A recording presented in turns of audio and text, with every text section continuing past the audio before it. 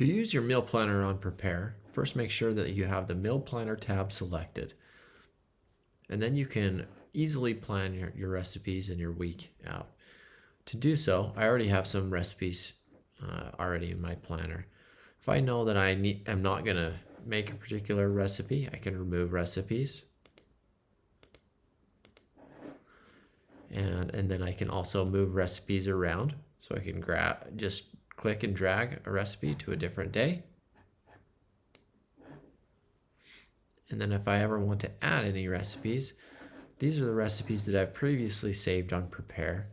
And I can add recipes to my planner by searching for any recipe that's already in one of my cookbooks, or just by doing one of these filters really quickly and adding a quick recipe over to my planner.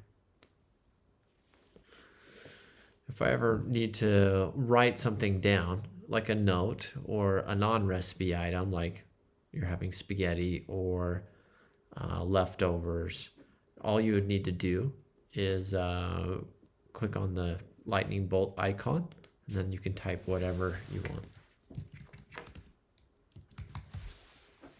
Then select breakfast, lunch, snack, or dinner, and then it puts it into your planner.